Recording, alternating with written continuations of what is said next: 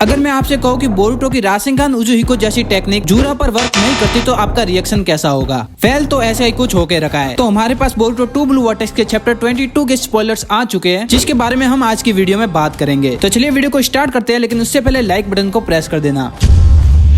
तो लास्ट वाले चैप्टर में जहाँ सारदा उचिया ने रियू को हराया था, वहीं पर क्लॉक ग्रिम्स के जरिए जूरा टेलीपोर्ट होता है, लेकिन वहाँ पर आते ही वो सभी लोगों को इग्नोर मार देता है, यहाँ तक कि रियू के थॉर्न सोल बल्ब को भी। शायद जूरा जानता है कि टीम सारदा का कोई भी मेंबर अभी इस हालत में नहीं है कि वो रियू के उस बल्ब को ले ले। इसके बाद हमें बोरुटो एंड कोनोहामारू दिखाए जाते हैं, जहाँ मात्सुरी भी सोल बल्ब में कन्वर्ट हो रही होती है और जूरा भी इस जगह पर आ गया है और उसे पता है कि बोरुटो कहाँ पर है, इसलिए वो जल्दी से उठकर बोरुटो के पास जाने की ट्राई करता है। और शायद बोरुटो को भी पता चल गया है कि जूरा आ रहा है, इसलिए वो अपने सूरिकन को आसपास पत्थरों पर फेंक कर खुद को रेडी करता है ताकि वो फ्लैंक थंडर गॉड टेक्निक को स्पैम कर सके। और जूरा बोरुटो की तरफ बढ़ते बढ़ते अपने रिनिगान से एक टेल बिस्ट बॉम्ब को उनकी तरफ फायर कर देता है, लेकिन बोरुटो यहाँ पर फ्लैंक थंडर गॉड टेक्निक का यूज करके खुद को एंड कोनोहामारू को उस जगह से दूर कर लेता है। जिसके बाद बोरुटो कोनोहामारू को अकेला छोड़ देता है एंड कोनोहामारू उस सोल बल्ब को लेकर वहाँ से भागता है। जूरा उन्हें देख रहा होता है और तभी बोरुटो थंडर गॉड टेक्निक का यूज करके जूरा के पीछे टेलीपोर्ट होकर उसे राशिंगान दे मारता है, जिससे जूरा नीचे गिरने लगता है, लेकिन वो खुद को संभाल लेता है और पलटकर फिर से बोरुटो पर टेल बिस्ट बॉम्ब से अटैक करता है। लेकिन बोरुटो दोबारा फ्लैंक थंडर गॉड टेक्निक का यूज करके खुद को वहाँ से दूर कर देता है और बोरुटो ने जूरा पर जो राशिंगान मारा था उससे जूरा को कुछ ज्यादा फर्क नहीं पड़ा। बोरुटो फिर से अपनी फ्लैंक थंडर गॉड टेक्निक का यूज करके जूरा के पीछे आ जाता है, जिसके बाद जूरा एंड बोरुटो की बहुत ही खतरनाक फाइट होती है। इनकी फाइट को देखते हुए ईडा एंड koji कासिन बात कर रहे होते हैं कि बोरुटो की जूरा के अगेंस्ट जीतने के चांस बिल्कुल भी नहीं है। अब इन दोनों की फाइट चलती रहती है, जहाँ बोरुटो को लगता है कि जूरा पर सिर्फ राशिंगान उजुहिको ही वर्क करेगा। और यहाँ पर जूरा बोरुटो से सवाल भी पूछता है लव के बारे में, जिसका बोरुटो जवाब देता है कि वो ही एक चीज है जो बोरुटो को यहाँ पर खींच लाई है। जूरा वुड स्टाइल का यूज करके सभी डायरेक्शन से बोरुटो पर अटैक करता है और उसे पकड़ने की ट्राई करता है। बोरुटो इतने सारे अटैक को डॉज ही कर रहा था कि बोरुटो एंड उसकी कटाना एक दूसरे से अलग हो जाते हैं। जूरा बोरुटो को अपने वुड स्टाइल में पकड़ लेता है, जिसे बोरुटो हिल भी नहीं पाता, जिसके बाद जूरा उससे कुछ बातें करता है और यहाँ पर बोरुटो की कटाना अब जूरा के पास है। तभी हमें दिखता है कि बोरुटो ने राशिंगान उजुहिको को रेडी कर लिया है, जिससे वो तुरंत ही खुद को फ्री कर देता है and flank thunder God technique का यूज करके तुरंत ही कटाना पर टेलीपोर्ट हो जाता है और बोरुटो जूरा को राशिंगान उजुहिको दे मारता है। बोरुटो के इस अटैक से जूरा घुटनों पर आ जाता है। स्टार्टिंग में जूरा पर इसका थोड़ा असर होता है, लेकिन जूरा तुरंत ही इसे नलिफाई कर देता है और ऐसा उसने टेल बिस्ट बॉम्ब कैसे वर्क करता है उन प्रिंसिपल के आधार पर किया। अब इसके बारे में हमें फुल चैप्टर में पता चलेगा, लेकिन शायद से जूरा ने यहाँ पर रोटेशन का खेल खेला है, क्योंकि राशिंगान उजुहिको भी रोटेशन पर वर्क करता है और ऐसा ही बिल्कुल टेल बिस्ट बॉम्ब में भी होता है। और जूरा जैसे बोरुटो के राशिंगान उजुहिको के असर को नलिफाई कर खड़ा होता है, तब बोरुटो थोड़ा टेंशन में आ जाता है कि उसका राशिंगान उजुहिको जूरा पर वर्क क्यों नहीं किया। और यहीं पर अपने इस चैप्टर के स्पॉयलर्स खत्म हो जाते हैं।